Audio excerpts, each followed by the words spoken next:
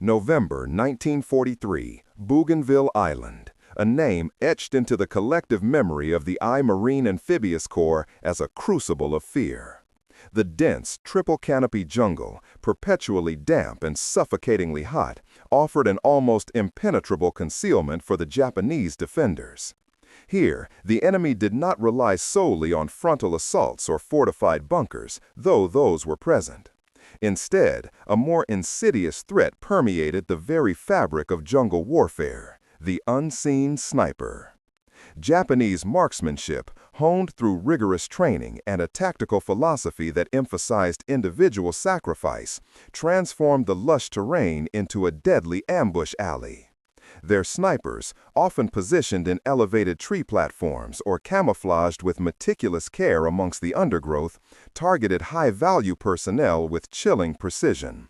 Officers, non-commissioned officers, radio operators, and forward observers became priority targets, their demise creating immediate command and control issues, disrupting vital communications, and sowing immediate panic. The psychological toll was deep, an oppressive blanket of anxiety clinging to every Marine. Patrols moved with a constant, agonizing vigilance.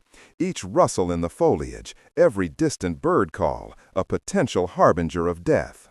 The conventional counter-sniper doctrine, largely developed for European theaters, proved largely ineffective against this spectral menace.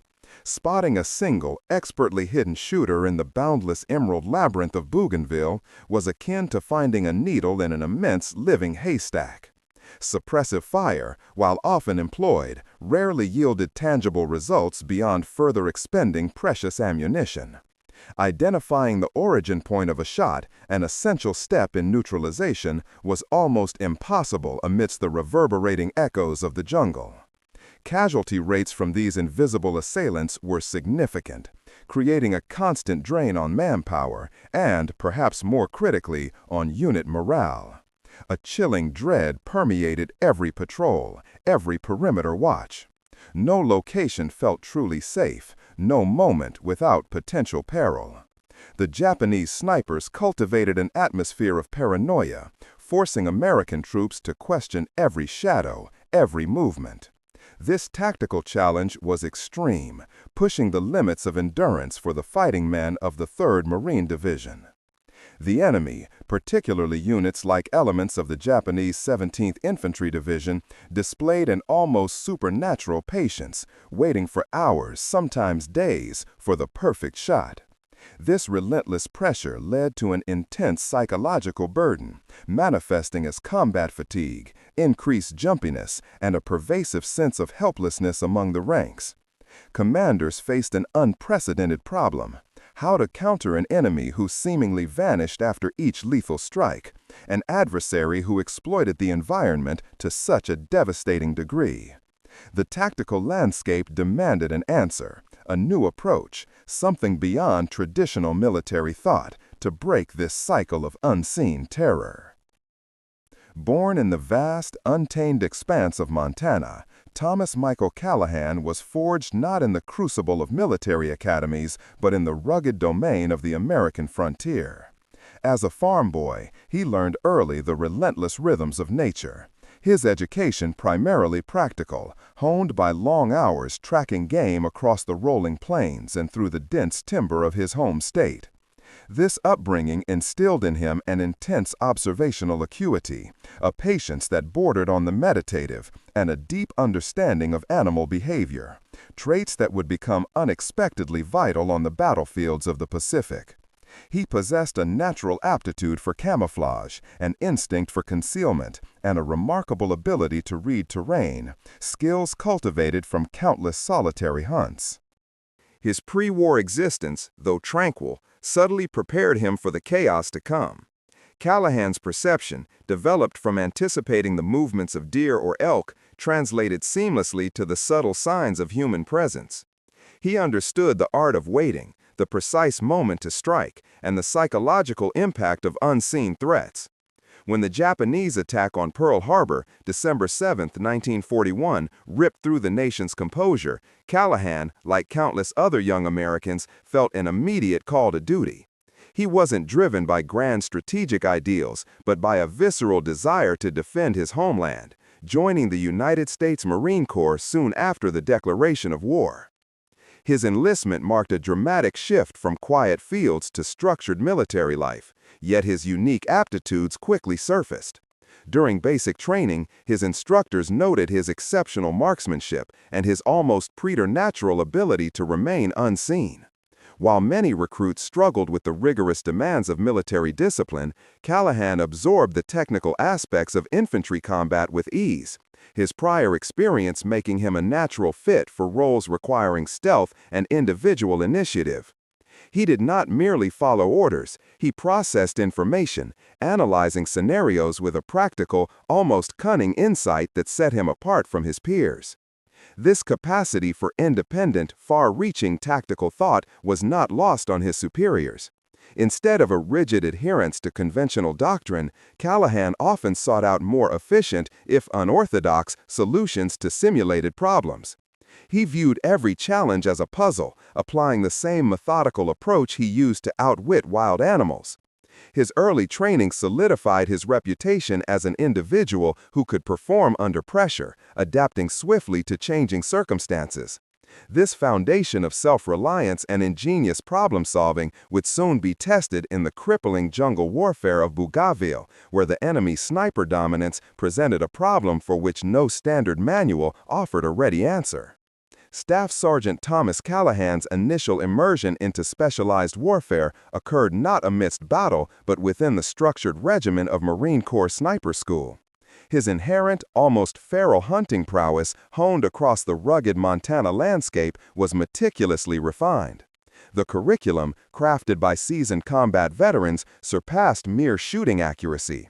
It represented a rigorous indoctrination into the profound craft of precision eliminations, emphasizing far beyond simply hitting a distant mark.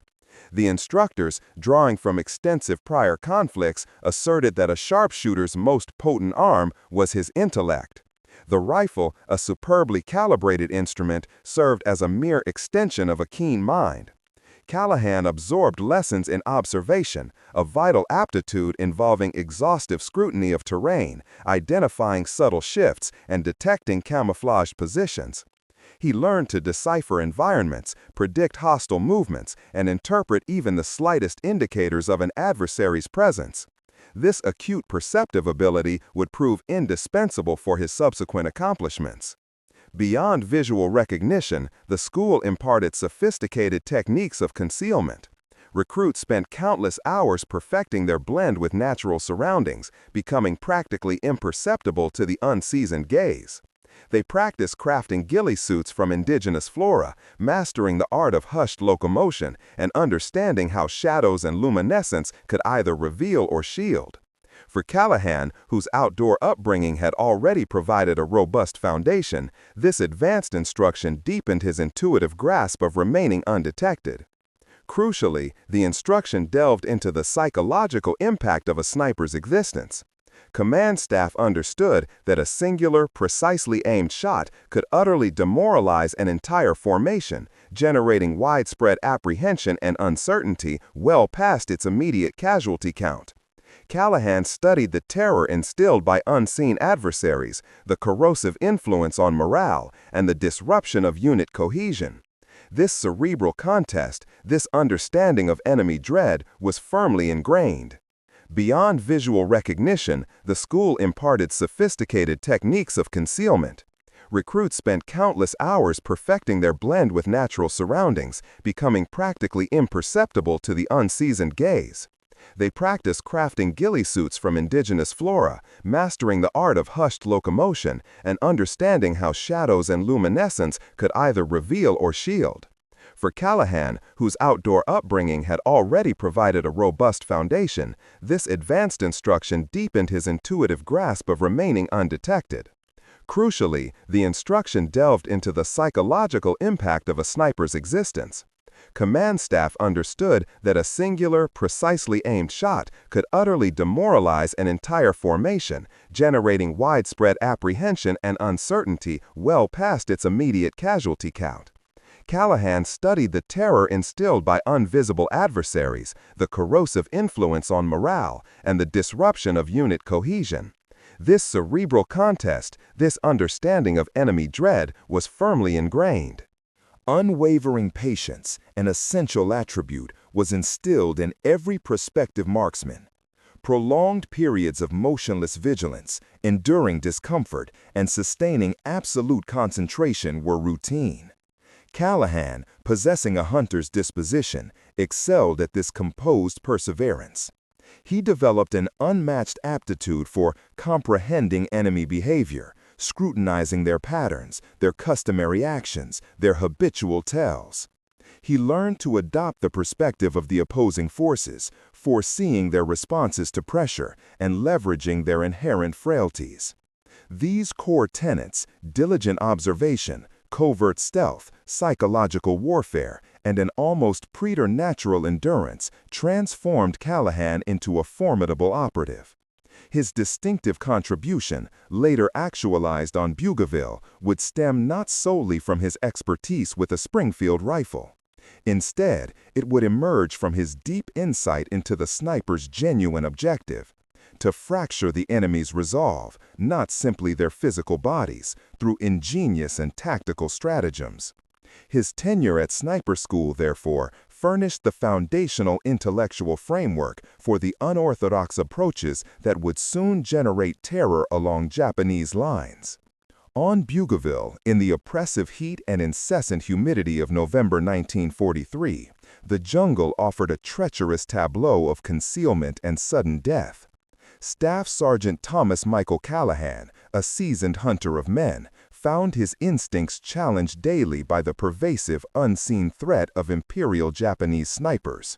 These adversaries, masters of camouflage and patience, inflicted a chilling attrition rate among Marine ranks, their presence a constant, gnawing anxiety. One fateful morning, while on a reconnaissance patrol near the Piva River sector, Callahan's world fractured. His trusted spotter, Private First Class Rivera, a diligent observer whose keen eyes often provided the critical early warning, suddenly slumped forward. A Japanese sniper round, delivered with surgical precision, had found its mark. The sudden, silent demise of his comrade, just meters away, was a shocking testament to the enemy's lethal effectiveness and invisible omnipresence. The moment hung heavy, a brutal reminder of the island's unforgiving nature. Callahan's immediate response was a primal surge of grief, swiftly followed by a cold, calculating fury. He had witnessed countless casualties, but Rivera's death carried a particularly deep personal sting. The enemy, through this single devastating shot, had not merely eliminated a Marine. They had struck at Callahan's tactical partnership, a bond forged in the crucible of combat. This personal loss ignited within him an unyielding determination, an obsessive drive to counter the unseen threat, to turn the hunter into the hunted. On Bougainville, in the oppressive heat and incessant humidity of November 1943, the jungle offered a treacherous tableau of concealment and sudden death. Staff Sergeant Thomas Callahan, a seasoned hunter of men, found his instincts challenged daily by the pervasive, unseen threat of Imperial Japanese snipers. These adversaries, masters of camouflage and patience, inflicted a chilling attrition rate among Marine ranks, their presence a constant, gnawing anxiety. One fateful morning, while on a reconnaissance patrol near the Piva River sector, Callahan's world fractured. His trusted spotter, Private First Class Rivera, a diligent observer whose keen eyes often provided the critical early warning, suddenly slumped forward. A Japanese sniper round, delivered with surgical precision, had found its mark. The sudden, silent demise of his comrade, just meters away, was a shocking testament to the enemy's lethal effectiveness and invisible omnipresence. The moment hung heavy, a brutal reminder of the island's unforgiving nature. Callahan's immediate response was a primal surge of grief, swiftly followed by a cold, calculating fury. He had witnessed countless casualties, but Rivera's death carried a particularly deep personal sting. The enemy, through this single devastating shot, had not merely eliminated a Marine. They had struck at Callahan's tactical partnership, a bond forged in the crucible of combat.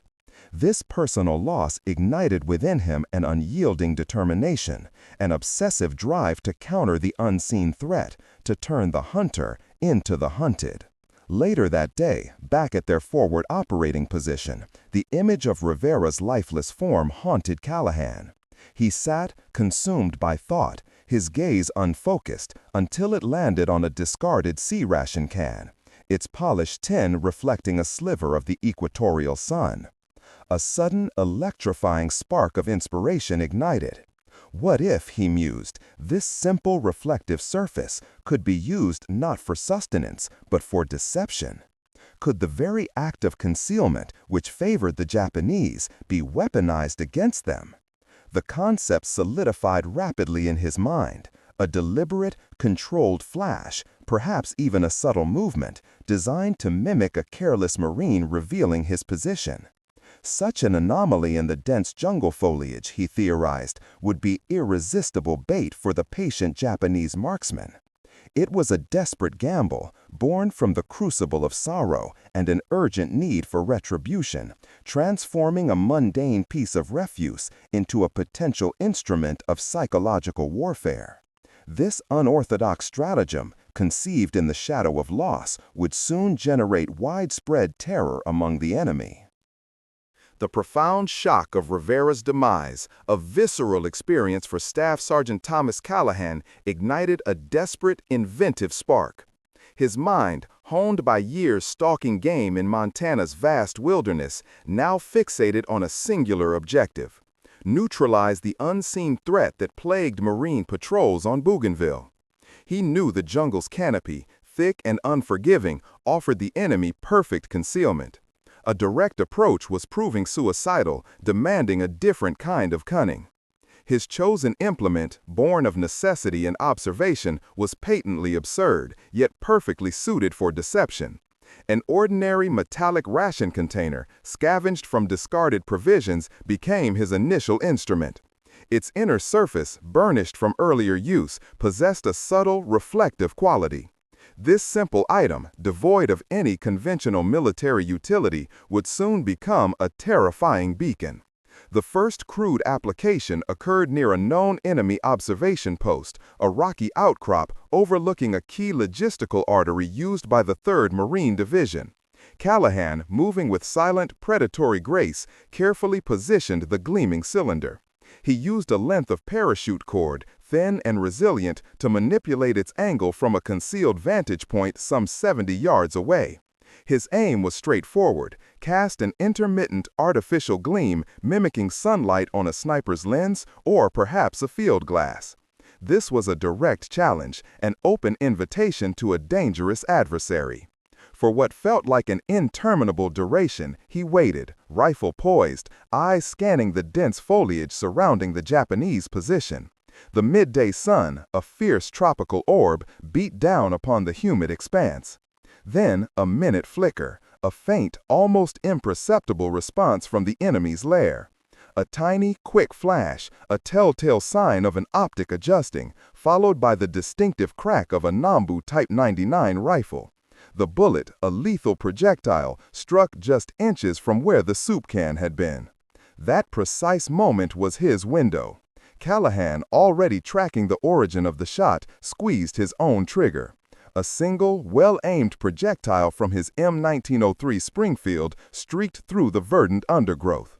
A brief, choked cry, then absolute stillness.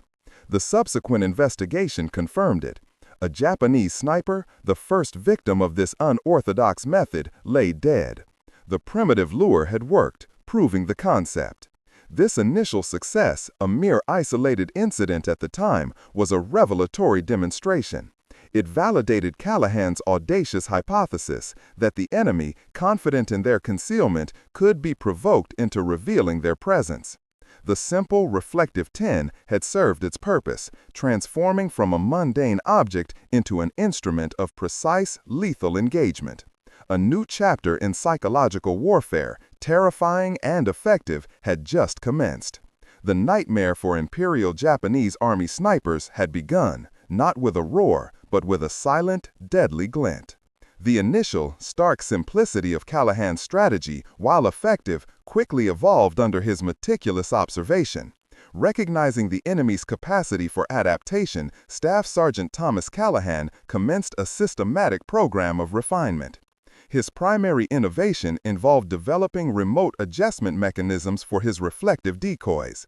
Using salvaged communication wire and fishing line, he engineered a rudimentary but highly functional system, allowing him to subtly manipulate the cans from his concealed position, sometimes 75 meters distant, without exposing himself to hostile fire. This engineering ensured the decoys could be repositioned, mimicking a soldier shifting stance or an observer adjusting his field glasses, enhancing the illusion of a live target. Beyond mere movement, Callahan experimented extensively with different reflection patterns. He understood that a consistent, unvarying glint might eventually be recognized as an artifice.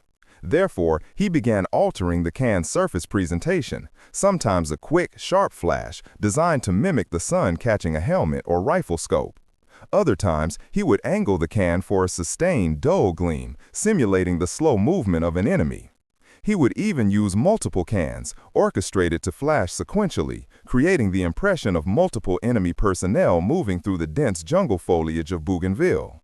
This visual deception, meticulously managed, kept the Japanese snipers perpetually off balance, their senses overwhelmed by conflicting signals. The inventive Marine also incorporated sound-making elements into his expanding repertoire of decoys. Recognizing that the jungle environment often muffled visual cues, he attached small pebbles and bits of shrapnel inside some cans, then tied them to thin lines. When tugged, these containers would rattle softly, a faint, almost imperceptible noise that could be mistaken for rustling leaves, the clink of equipment, or a human whisper. This auditory component, strategically deployed, added another layer to the psychological pressure on the enemy.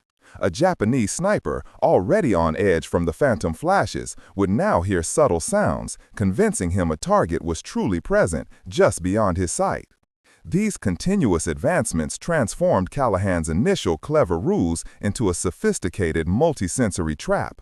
The combination of remote physical movement, varied optical signatures, and deceptive auditory cues created an elaborate, unsettling experience for Imperial Japanese Army marksmen. Each innovation made the trick increasingly compelling, an extreme mental burden for those tasked with locating unseen threats. Callahan's methodology, born of necessity and refined through combat experience, was now a dynamic system of bait and ambush, a truly unnerving weapon in the hands of a skilled operator. Its effectiveness grew, ensuring a substantial tactical advantage for the U.S. Marine Corps in their struggle for control of the Pacific Islands. Lieutenant Colonel O'Brien, a veteran combatant, commanded the 3rd Marine Raider Battalion, entrenched deeply within the arduous terrain of Bougainville. The relentless Japanese sniper activity had become an insidious, demoralizing drain on his forces. Day after day, invisible marksmen exacted a severe toll, creating a pervasive apprehension amongst his weary Marines. Every patrol, every supply run, every moment outside sheltered positions risked a sudden fatal shot. The prolonged emotional strain was profound, manifesting as hesitation and crippling fear across the forward operating elements. O'Brien understood the conventional tactics; they had proven utterly futile. His unit urgently required a novel approach, a decisive maneuver to reclaim the initiative. He had witnessed Staff Sergeant Callahan's unorthodox methodology, the misleading sheen of the soup cans, the cunning execution that lured enemy sharpshooters into deadly blunders. It was audacious, certainly, but undeniably effective in limited trials.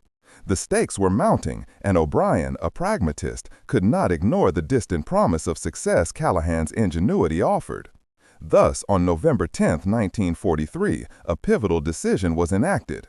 Lieutenant Colonel O'Brien summoned Callahan, placing a significant responsibility upon the young sergeant's shoulders. The senior officer issued a strict directive. Callahan would have precisely 5 days to neutralize the primary Japanese sniper threat plaguing their sector. This wasn't merely a tactical assignment, but a strategic imperative. The very operational cohesion of the battalion, its capacity to advance, depended upon its successful execution. The pressure was immense, an almost unbearable burden resting squarely upon Callahan's shoulders. Failure meant continued attrition, sustained mental anguish, and perhaps the complete operational paralysis of the 3rd Marines. The adversary's entrenched positions, reinforced by their skilled marksmen, presented a formidable impediment. Callahan, however, possessed a singular comprehension of his opponent's mindset, a hunter's instinct cultivated on Montana farmlands, now finely honed for the jungle's dark complexities. This was his opportunity to turn the predator into the prey. The clock began ticking, not just on the calendar, but on the diminishing morale of the United States troops.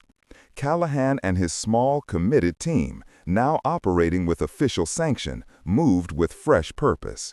Their mission transcended individual kills. It aimed to dismantle the enemy's confidence, to inject the same debilitating dread into their ranks that had afflicted the American GIs. This wasn't solely about eliminating threats, but about fundamentally rewriting the mental equation of the battlefield. Every precisely placed reflection, each subtle acoustic lure, would become a potent instrument of fear, a silent declaration of the Marines' ultimate ascendancy. This calculated campaign of psychological warfare would soon reach its decisive apex. Staff Sergeant Thomas Michael Callahan, driven by a personal commitment to avenge Lance Corporal Joseph Rivera's death, focused his relentless ingenuity on a singular, elusive target, the Japanese sniper believed responsible. This was no ordinary hunt. It was a tactical reckoning. Callahan surmised this particular enemy marksman, unlike others, possessed a keen understanding of American tactics, a dangerous intelligence that suggested a seasoned veteran, perhaps even an officer. To draw out such an adversary, a conventional ruse would be insufficient. Callahan conceived what became known as the command post gambit, an elaborate deception designed to project an irresistible target, one promising high-value American personnel. He deployed not one but 3 modified soup cans, specifically placed to mimic the glint of binoculars and reflective map cases, simulating a temporary forward observation post.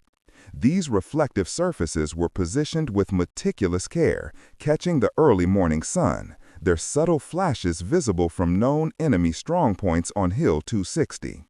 The decoys were set at varying heights and angles, suggesting movement, human activity, and crucially, the presence of ranking officers coordinating an assault.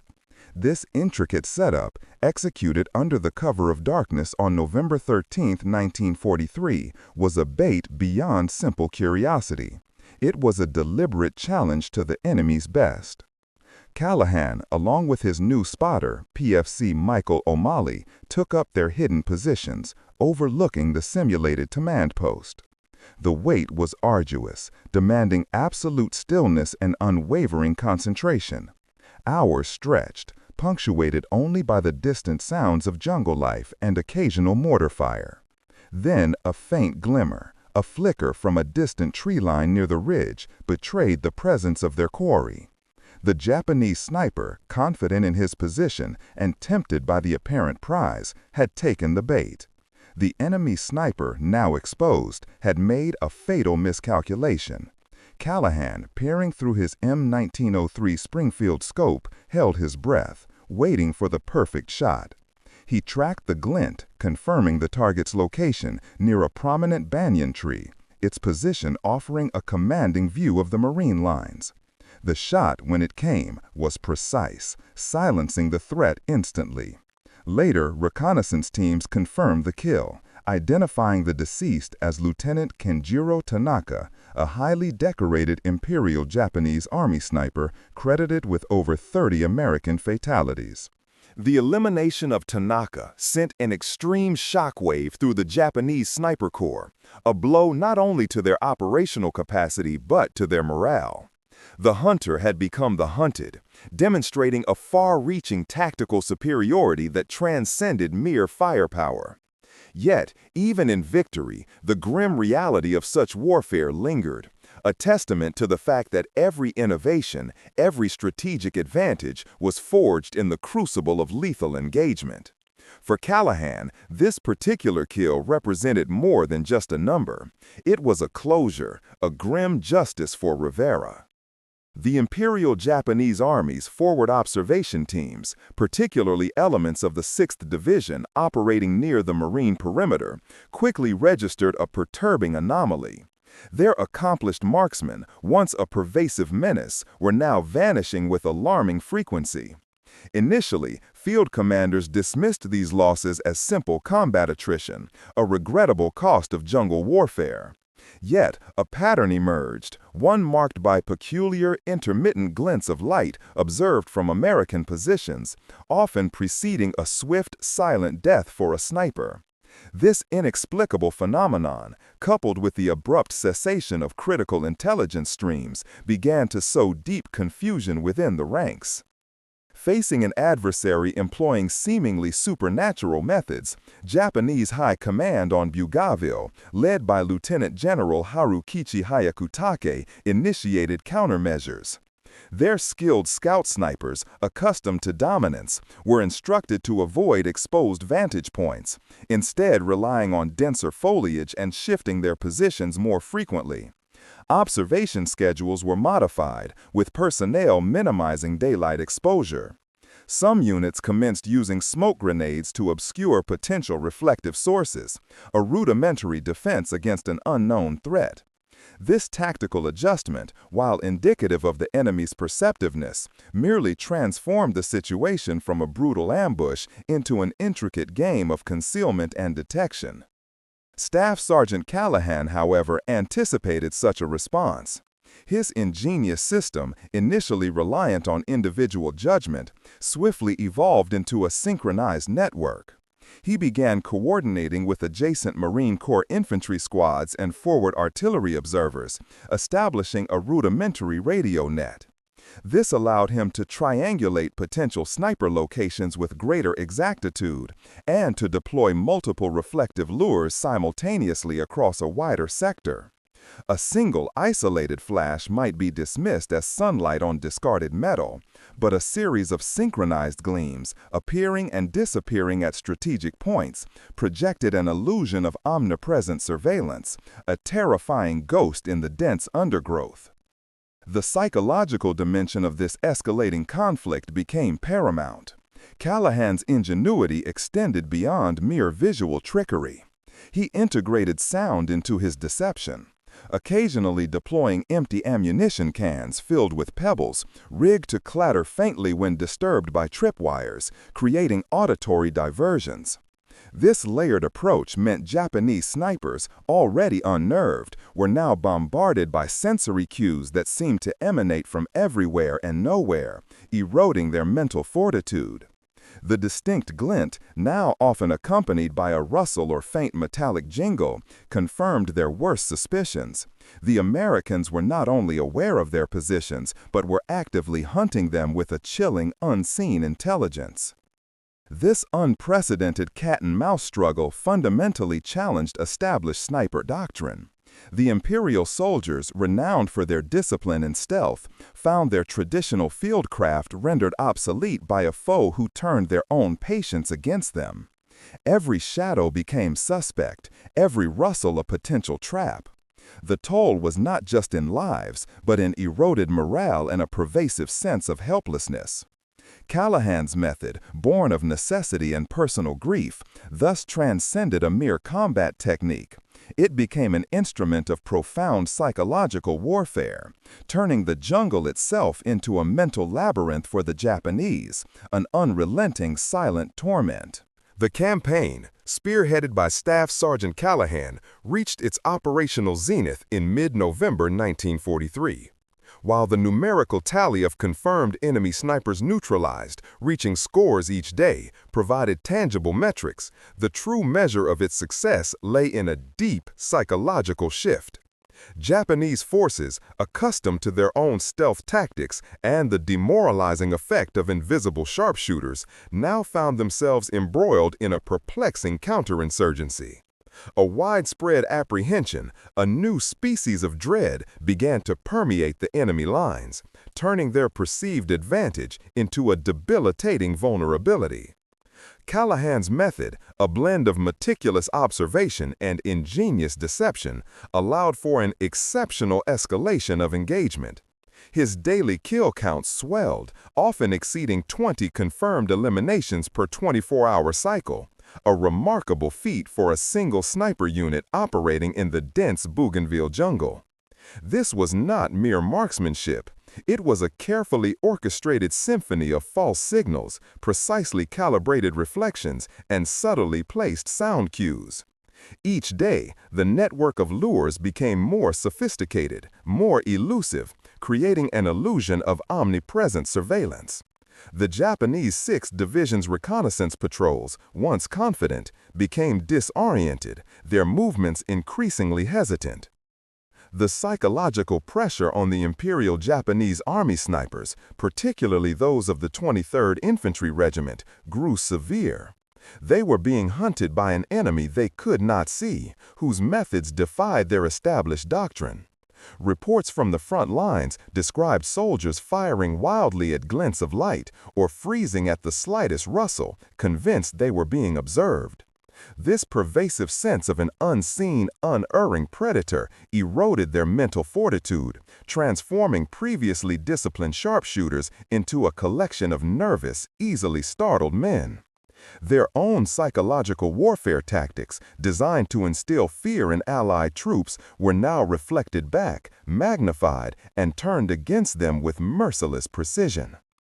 At the higher echelons of the Japanese 6th Division Command, the situation fostered widespread confusion.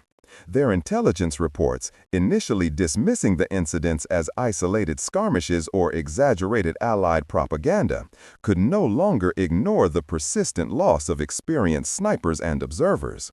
Commanders like Lieutenant General Kanda Masatane found their strategic planning undermined by unreliable forward reconnaissance. The unexplained disappearances, coupled with the dwindling effectiveness of their own forward elements, generated a climate of mistrust and uncertainty, directly impacting their tactical responses and troop deployments. This was not merely a localized nuisance, it became a major operational impediment. While Callahan's ingenious methodology secured a decisive advantage for the Marine forces on Bougainville, it remained, fundamentally, a localized tactical innovation. Its impact, though crucial for specific engagements and the morale of Allied infantry, did not single-handedly alter the broader strategic landscape of the Pacific theater.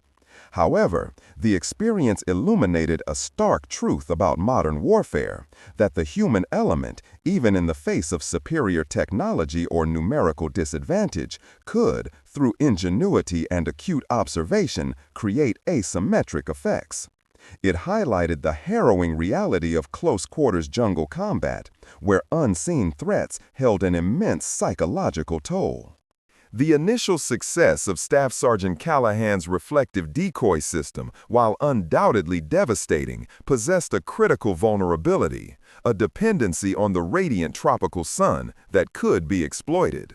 Bougainville's climate, a relentless cycle of sudden torrential downpours and pervasive overcast conditions, frequently obscured the necessary solar illumination, rendering his primary visual ruse less potent. This environmental challenge, however, merely spurred the Montana farm boy to a deeper level of tactical insight, demonstrating his capacity to innovate beyond mere light refraction. His solution, conceived amidst the damp, oppressive jungle air, was another stroke of unorthodoxy: the adaptation of empty .50 caliber machine gun ammunition receptacles into auditory lures. These robust metal containers, devoid of their heavy rounds, were positioned in advance of American lines, often in areas where concealed Imperial marksmen were known to operate. Long lengths of communication wire, meticulously camouflaged, extended back to the Marine observation posts, allowing Callahan's teams to manipulate the objects from a safe distance. A gentle tug on a cord would cause a container to shift, producing a subtle metallic clink, a rustle of foliage, or a faint scrape of earth, sounds designed to mimic the movements of an unwary infantryman. For the already harried Japanese sharpshooters, this auditory assault proved particularly insidious. Their previous experiences had conditioned them to seek visual anomalies, the glint of a polished surface or the reflection of a uniform. Now, every indistinguishable jungle sound became a potential indicator of a human presence, every distant clang a possible target. This psychological pressure intensified their vigilance to an unsustainable degree, amplifying their paranoia. The psychological toll on the Nippon combatants was immense, transforming their hunting grounds into a labyrinth of phantom noises and imagined threats. The constant mental strain induced fatigue and compromised their decision-making. Such pervasive fear, Callahan understood, was a potent weapon. It forced the enemy to react to stimuli that were often non-existent, revealing their positions through errant muzzle flashes or premature firing. Even when the skies wept, obscuring the sonar resource, the terror of Callahan's presence persisted, sustained by these disorienting auditory deceptions. His methods transcended simple optical illusions. This dual-pronged strategy, integrating both luminous and sonic enticements, solidified the effectiveness of his counter-sniper initiatives, allowing the 3rd Marine Division to maintain offensive momentum regardless of meteorological conditions. The inherent danger for the Marine personnel employing these techniques remained substantial, however. Placing the sound-making vessels, often just meters from entrenched adversary positions, required immense personal courage and precision.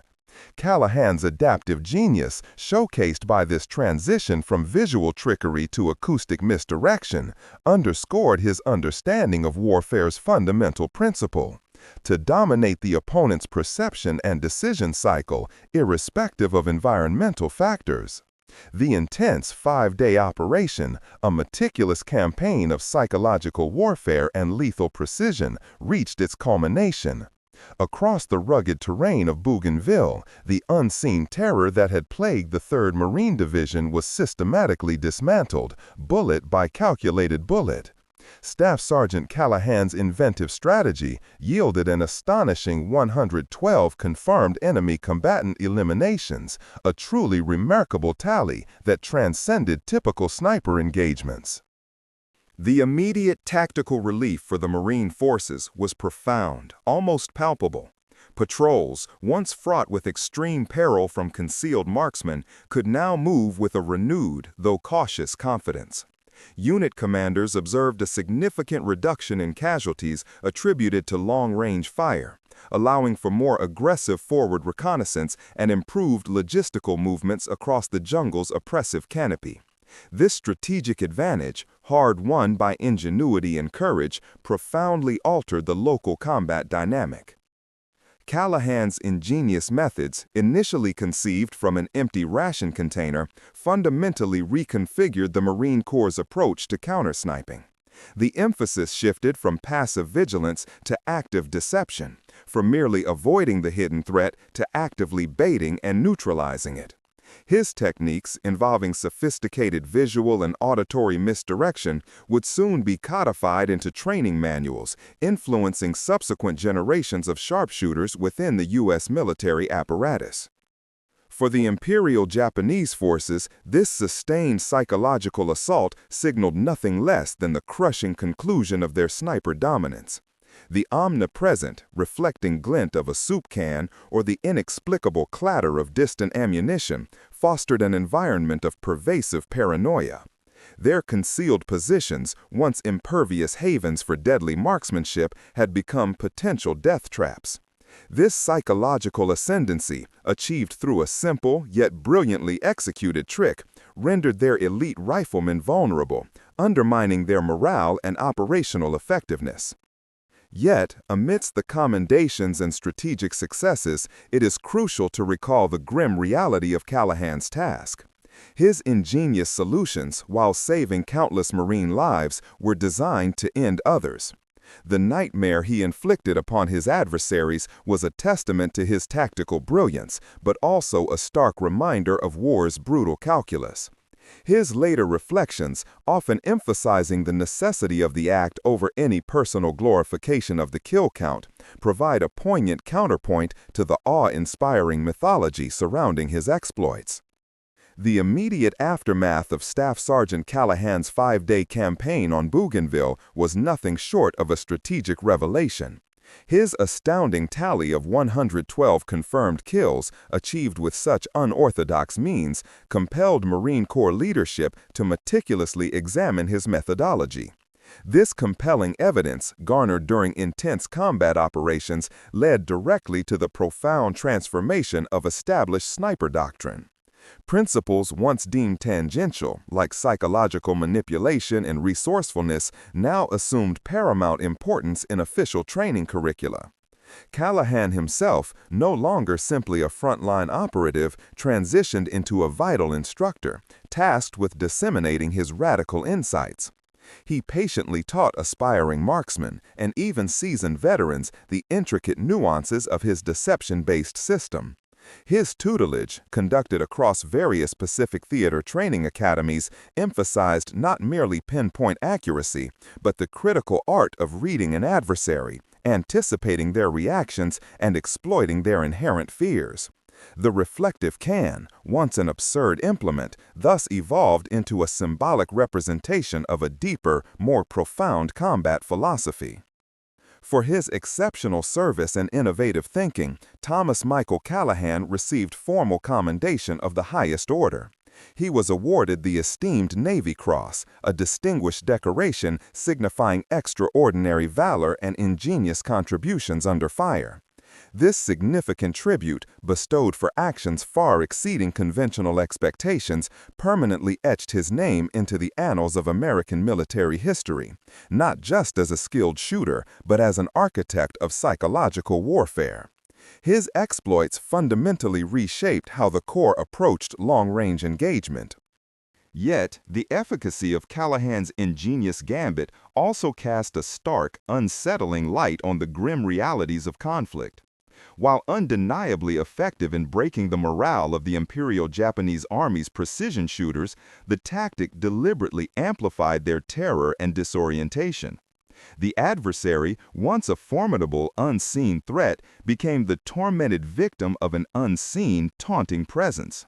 Such psychological combat, while delivering strategic advantage, exacted a profound human cost on both sides, contributing to the dehumanizing pressures inherent in intense fighting. Today, the enduring influence of Callahan's unconventional approach persists, a foundational element influencing subsequent generations of military deception and counter-sniper tactics. His personal M1903 Springfield rifle, along with a humble Dennett soup tin, now holds a prominent place within a revered national military museum. These artifacts stand as silent, potent testaments to how inventive thinking, even with the most rudimentary materials, can irrevocably alter the course of battle and redefine the parameters of human ingenuity in extremis. Despite the staggering success of the 5-day operation, Staff Sergeant Thomas Michael Callahan remained curiously detached from the celebrations sweeping through the 3rd Marine Division's perimeter. By the evening of November 16, 1943, as news of the 112 confirmed kills spread like wildfire across the Pacific Theater, the man at the center of the storm sat quietly cleaning his rifle, a Springfield M1903 with methodical precision. When Lieutenant Colonel O'Brien personally recommended him for the Navy Cross, citing the unprecedented disruption of Imperial Japanese forces, the Montana farm boy reportedly deflected the praise, insisting that credit belonged not to his marksmanship, but to the desperate necessity of survival. Callahan's perspective offered a stark contrast to the psychological terror he had inflicted upon the enemy. To the terrified Japanese infantry, he was a phantom, a supernatural demon haunting the jungle canopy. But to Callahan himself, the entire campaign was merely a complex equation of geometry, light refraction, and human behavior. He viewed the reflective 10 stratagem not as a weapon of slaughter, but as a logical solution to a tactical stalemate. A calculated puzzle solved to prevent more young Marines, like his fallen spotter Private Rivera, from returning home in pine boxes. In a rare interview recorded years later by military historians, the veteran sharpshooter confessed that the brilliance of the deception often overshadowed the grim reality of its execution. He noted that while the shiny aluminum surfaces gleaned from discarded Campbell's rations were undeniably clever, they were ultimately tools of a brutal trade designed to exploit the fundamental curiosity of the opposing soldiers. Some ethical critics, analyzing the event decades later, might argue that such manipulation bordered on the inhumane, transforming the chaotic battlefield into a cynical shooting gallery. Yet for the men pinned down in the muddy trenches of Bougainville, Callahan's ingenuity was nothing short of divine intervention. The burden of this unique success, however, was visible in his subsequent actions. Rather than seeking further glory on the front lines, Callahan requested a transfer to a training role, determined to teach the next generation of scouts that their greatest weapon was not the rifle on their shoulder, but the mind behind the scope. He emphasized that warfare at its core was a contest of adaptability, where a 50-cent piece of scrap metal applied with sufficient cunning could defeat the most disciplined army on earth. Staff Sergeant Callahan's soup can trick transcended its initial application, evolving into a tactical legend, a testament to raw ingenuity on the battlefield. The profound disruption caused by his unconventional method, which delivered 112 confirmed eliminations of enemy snipers in just 5 days, permanently altered Marine Corps doctrine. His actions showcased the devastating effectiveness of psychological operations, compelling a formidable foe to react to an unseen threat, a relentless psychic campaign that dismantled their morale. This rudimentary field improvisation became a foundational principle for future generations of tactical planners. Callahan's initial baiting gambit, utilizing simple reflective metal, foreshadowed modern military deception.